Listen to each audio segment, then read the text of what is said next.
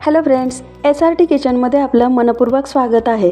आज आपण मुळ्याची चटणी बनवायची रेसिपी बघणार आहोत। एकदम वेगळ्या पद्धतीची तडका मारलेली अशी ही मुळ्याची चटणी कदाचित तुम्ही आधी कधी बनवली नसेल आणि मेन म्हणजे या चटणीला मुळ्याचा बिलकुल वास येत नाही, त्यामुळे नाक मरळणारे सुद्धा ही चटणी आवडीने खातील। चला तर मग चटणी बनवायला सुरुवात करूया। त्यासाठी मी इथं 2 मुळे घेतलेले आहेत। सुरुवातीला या मुळ्यांच्या साली काढून घेणार आहोत। साली थोड्या कठीण असतात, त्यामुळे त्या काढून घ्यायच्या। त्यानंतर आपण एका ग्रेटरच्या मदतीने हे मुळे खिसून घेणार आहोत।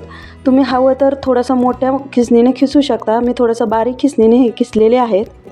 हे पहा, या पद्धतीने आपले दोन्ही मुळे खिसून झालेले आहेत। मुळे खिसून झाल्यानंतर आता एका पॅनमध्ये 1 चमचा तेल घालून घेऊया। तेल थोडं गरम झालं की त्यामध्ये 10-12 लसणाच्या पाकळ्या घालून घ्यायच्या आणि 2-3 लाल मिरच्या आहेत त्या घालून घ्यायच्या। मी इथं थोड्या तिखट मिरच्या वापरलेल्या आहेत, त्यामुळे थोडे कमी वापरलेले आहेत। तुम्ही जर बेडगी मिरची वापरणार असाल तर तुम्ही ते थोडे जास्त वापरू शकता। आता हा लसूण आपला चांगला भाजलेला आहे, मिरच्याही चांगल्या भाजलेल्या आहेत, त्या आपण काढून घेऊया। लसूण आणि मिरची काढून झाली की त्याच पॅनमध्ये अर्धा चमचा जिरे घालून घेऊया। जिरे थोडे तडतडले की त्यामध्ये आपण जो खिसून घेतलेला मुळ्याचा खिसा आहे तो घालून घेऊया। आपल्याला हा थोडा परतून घ्यायचा आहे, म्हणजे मुळ्याला जो वास असतो तो परतल्यामुळे कमी होतो। 1-2 मिनिटं मुळ्याचा खिसाचा हलवून चांगला परतून घ्यायचा, म्हणजे त्याच्यातला जो कच्चेपणा आहे तो निघून जाईल। त्यानंतर त्यामध्ये 1 मध्यम आकाराचा टोमॅटो असा पातळ स्लाइसमध्ये कट करून घेतलेला आहे तो घालून घेऊया। हा टोमॅटो आपल्याला खिसाबरोबर चांगला परतून घ्यायचा आहे, मऊ होईपर्यंत। आता टोमॅटो मऊ होण्यासाठी आपण त्यामध्ये चवीपुरतं मीठ घालून घेऊया। मिठामुळं टोमॅटो पटकन मऊ होतो। मी इथं 1 चमचा एवढं मीठ घालून घेतलेलं आहे। आता हे मीठ व्यवस्थित मिक्स करून घेऊया, म्हणजे मिठामुळे चांगलं पाणी सुटेल आणि हे सर्व व्यवस्थित शिजावं म्हणून झाकण ठेवून हे 2-3 मिनिटासाठी आपल्याला शिजवून घ्यायचं आहे। आणि 2-3 मिनिटानंतर हे पहा, टोमॅटो एकदम व्यवस्थित शिजला आहे।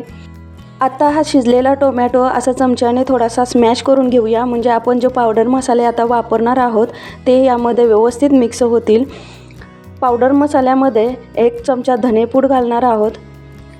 त्यानंतर 1 चमचा लाल तिखट घालून घेऊया। ही काश्मीरी लाल तिखट आहे। आपण मिरच्या अगोदर वापरलेल्या आहेत, त्या जर तुम्ही वापरणार नसाल तर तुम्ही लाल तिखट इथं वापरू शकता। जे साठवणीचा काळा मसाला असतो तो इथं वापरू शकता। आणि त्यानंतर हे मसाले व्यवस्थित शिजण्यासाठी झाकण ठेवून 1 मिनिटभर शिजवून घेऊया। 1 मिनिटानंतर हे पहा, सर्व मसाले व्यवस्थित शिजलेले आहेत। असं मध्यम गॅसवर हे सर्व परतून घेतल्यामुळे मुळ्याला जो उग्र वास असतो, ज्यामुळं बरेच जण मुळा खाणं पसंत करत नाहीत, तर तो मुळ्याचा वास निघून जातो। आणि आता हे पहा, गॅस बंद करून आपल्याला हे थोडं थंड करून घ्यायचं आहे। थोडंसं थंड झालं की आपल्याला हे मिक्सरच्या भांड्यात घालून ह्याची एक पेस्ट बनवून घ्यायची आहे। हे असं मिक्सरच्या भांड्यात घालून झालं की सुरुवातीला आपण जे लसूण आणि मिरची भाजून ठेवलेली होती ती यामध्ये घालून घेऊया। आणि तुम्हाला हवं तर या स्टेजला डाळं असतात, जे चणे, भाजलेले चणे, तेही यामध्ये घालू शकता। हे पहा, अशी पेस्ट बनवलेली आहे, ती एका बाउलमध्ये आपण काढून घेऊया। बरेच जण मुळ्याचा वास येतो म्हणून मुळ्याची भाजी खायला नको म्हणतात, तर अशी चटणी बनवली तर याचा वास बिलकुल येत नाही, तर ते सर्वजण आवडीने खातील। आता या चटणीची अजून चव वाढवण्यासाठी आपण याला तडका देणार आहोत। त्यासाठी तडका पॅनमध्ये 1 चमचा तेल चांगलं गरम करून घेतलं होतं। त्यामध्ये 1 चमचा मोहरी, थोडा कढीपत्ता आणि पांढरे तीळ घालून घेतलेले आहेत। हा आता आपण या चटणीवर घालून घेऊया। या तडक्यामुळे चटणीची चव अजूनच वाढते। ही एकदम वेगळ्या चवीची, बिलकुल वास न येणारी तडका मारलेली मुळ्याची चटणी तयार आहे। तुम्हीही एकदा या पद्धतीने मुळ्याची चटणी बनवून बघा। तुम्हालाही मुळ्याची चटणीची रेसिपी कशी वाटली ते कमेंट करून सांगा। व्हिडिओ आवडला तर व्हिडिओला लाईक आणि शेअर करा। चॅनलवर नवीन असाल तर चॅनलला सबस्क्राईब करायला विसरू नका। पुन्हा भेटू अशाच एका नवीन व्हिडिओसोबत। तोपर्यंत बाय बाय।